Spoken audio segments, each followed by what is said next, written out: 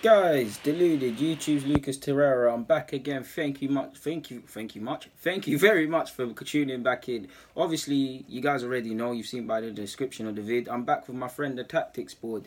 In regards to us versus Manchester City, we know playing Manchester City on their worst days with their most depleted of squads is a hard thing. It's very hard for Arsenal specifically. We've come up short against them many a time now. It's a different beast. We have next to no chance of beating them.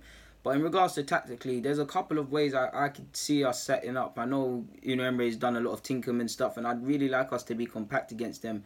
But moving on from the preview, I said I would specify what I meant by the formations. And if you haven't watched the preview, go and watch that, and then this will all make sense. If you just like me playing around with tactics, then stay here too. But yeah, let's crack on. Now, obviously, that's our left back. Obviously, I've lost stuff, people. That's our left back. He's on the other team. He's blue and blue, but he's on our team. That's the City's defense, innit? First, I'm going with a 4-3-3. This is what I said in that video as the fuck it approach. Purely because, yeah, it can go wrong. We can get hit on the counters. Let me just get another one. If we're all just pouring forward and stuff like that, Sane, you know what happens when Sane is left with enough space. He's going straight down there and crossing it for someone, which we have seen. Or you don't want to get our defenders, which you've seen, ridiculously high lines, and then the one that's with him is playing him on side, and then he's gone. You don't really, ideally, people, you don't want to see stuff like that. Sorry, and let me just fix this up for you guys. So yeah, you don't really want to particularly see stuff like that. So it's not really a thing like that. You don't really want to see that. But for me, reason why I want to go with that is because it's a 4-3-3 still, right? Yeah. Reason why I want to go with this is because they're better than us technically. They're better than us in a lot of aspects. We probably have no attribute of matching them. But I do also believe the best form of attack of defense is attack. Liverpool, again, you could say their attacking qualities are better than ours and they're closer to City than ours. But generally, their team don't match City's. But they've had success in the last recent couple of games because they're matching them. There's no point sitting off. It's press them high, match them, focus on what you can do sort of thing. Again, we are not as fluid and high pressing and all them things Liverpool are, but they gave a glance into how you can do that. And even if you look at many moons ago, when the first year we didn't get top four of recent years, when we messed it up at Christmas, losing to Everton and City. Do you remember that first half against City away, when Sane ironically was playing poorly in the run-up in that? Once he scored in that game, his confidence went up, and obviously Sterling dived. But we were having a go. We were pressing them high. We were moving it around first half. Second half, we stopped all of that and lost it. So 4-3-3 could be an approach. One I actually really would like to go to. Obviously, there's 4-2-3-1, but I don't want to sit here and talk about that with you guys. The one I would like to, in fact, I didn't even specify one more thing. I'm rushing too much, getting too excited, people. It's a 4-3-3 here, right? Let's say, assuming Monreal, Maitland-Niles, whoever, Bellerin, Socrates, Mustafi, Torreira. I want it to be more like that. Torreira, Xhaka, Ramsey, or Gudezi, or whoever. Ozil, Aubameyang, Lacazette. Obviously, it's a 4-3-3 in it. What I'd actually want in the game, people, is something more like this. Ozil comes off the flanks and makes it. Obviously, we still got my man there at the base. My man still at the base. Our midfielders come in. What am I talking about? Our midfielders come in. Ozil's dropped into midfield now. Torreira's still there. Ozil's dropped into mid. No, he hasn't dropped into midfield yet. It's so hard looking to the right. That's the 4-3-3, people. Torreira's at the base. Our fullbacks have pushed in. What I would like to happen is Ozil to come off the flanks to in the little 10 role with protection around him, so he can pick it up off Xhaka and Torreira, who have had problems in that regards. And then you've got Aubameyang peeling out, and you've got Lacazette. Obviously, you want one in the middle at times and one working the flanks and vice versa and switching and stuff. But why I want them to split is because they keep no shorts. They'll be able to play it short. Obviously, if we stop that, who is going to come deep? This is going to now be De Bruyne or whoever, assuming he plays. They're going to come deep. Now, the next problem would be, that's our left back. The next problem you could say, is De Bruyne has got a mad range of passes, so him coming deep could shock us because it could be a quick ball over the top for Sergio, who loves to hang on the last man, which needs to be addressed, double up on him, and it's over. But if we do our job properly and these midfielders drop deep and we're compact, this is still our left back, people, and we're compact, we have half a chance. Obviously, there's more midfielders, but we're outnumbering them, people. Do you see where I'm getting at? So that would be my first way of going against it, and if we were doing a 4-3-3. What's the other one I had now?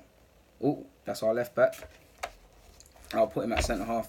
The next one would be more along the lines of 3-5. Yeah, that's 5 in field, and then a 2. This is what I'd actually want, people. Purely because, again, it's not exactly the best of, yeah, man. Do you get it now? So this would be it, people. Because then you've got the midfielders. You could have Ramsey, Torreira, and somebody else, even Ozil. There's someone to pick up off them. We're compact. The fullbacks are offering runs, but they're compact. This could be Liechtenstein and Socrates. So there's street smartness. So again, obviously Liechtenstein loves to go forward a bit, but he's a bit more switched on and experienced enough to realise, all right, cool, I might not be able to have the game I would like to have. Let me drop back. So at least 1v1 with Socrates getting pulled out of position doesn't happen, because in a foot race he's finished, people. Do you get what I'm saying? We can double up on my man. Do you see what I'm saying? Obviously that's a centre half again, people. Do you see what I'm saying? That would allow Ozil to get up there. Torreira and Xhaka can help each other stay close. Ozil picks the runs. Ozil would have to act almost as a forward if the other forwards peel and press. And then we could be rigid. Like, that's really what I'd like to go for. I'd mainly like to do this, actually, people, for the midfield. And it gives us a bit of protection. And obviously, if that's Liechtenstein, that's actually what I'd like to do. And a part of me, actually, what's the other formation? I'm not a fan of that one, really, but it would be this. Similar, people. Similar to the one I've just shown you. I'm not really a fan of this, but we've seen it 3-4-3. Now, that could be Mkhitaryan and someone else on the flanks, or Ozil. Or if it's me, I'm going with I'm putting fullbacks in that role. Purely because, again, a bit of protection. And that could free up Ozil or Mkhitaryan to play here with Aubameyang and Lacazette. And you've got runners. Or you could actually just have effort and have another stable sort of midfielder like Gudeisi or something. And then a thing like that where you're closer together. But for this to work, what do I tell you in my vids, people? The fullbacks, they need to provide the width. They need to come compact off the ball when we're defending, and they need to provide the width, purely because if they're not providing the width, Sane, Mahrez, whoever's on the flanks, they're just going to have a free roll. Obviously, at least if our fullbacks, if we're having joy in the game and our fullbacks are going forward, what happens? Their fullback or defenders will be defending, but any competent midfielder is going to have to, which Pep would do is say, go back with him, mark him. He's going to have to go back with him. So now we're kind of cool. Because if he's going back with you, Mahrez or Sane, he can't trouble. He's not troubling us in our area, does it? And now it becomes a battle of space. Can we take advantage of this space? Or will another City player drift in?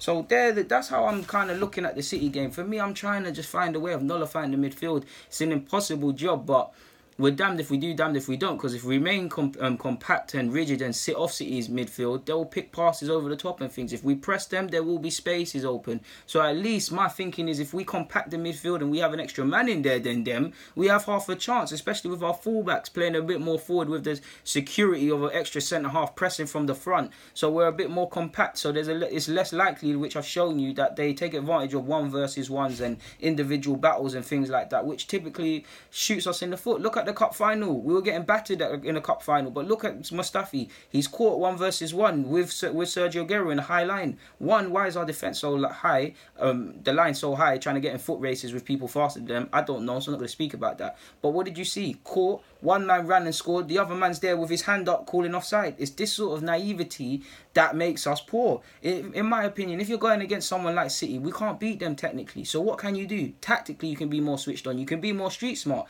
That's another reason as to why I gave you the example of Liechtenstein. Bellerin's as much as I love him, he's very naive. He'll see Sane, he'll be like, oh, Sane, he's quick. Let me run forward. Liechtenstein will have a bit more common sense and double up. If he doubles up, obviously there's always space being created. So it comes another conversation for holding shape and things like that, which would really see some benefits, early benefits if we're really working in pre-season. They should be able to do this.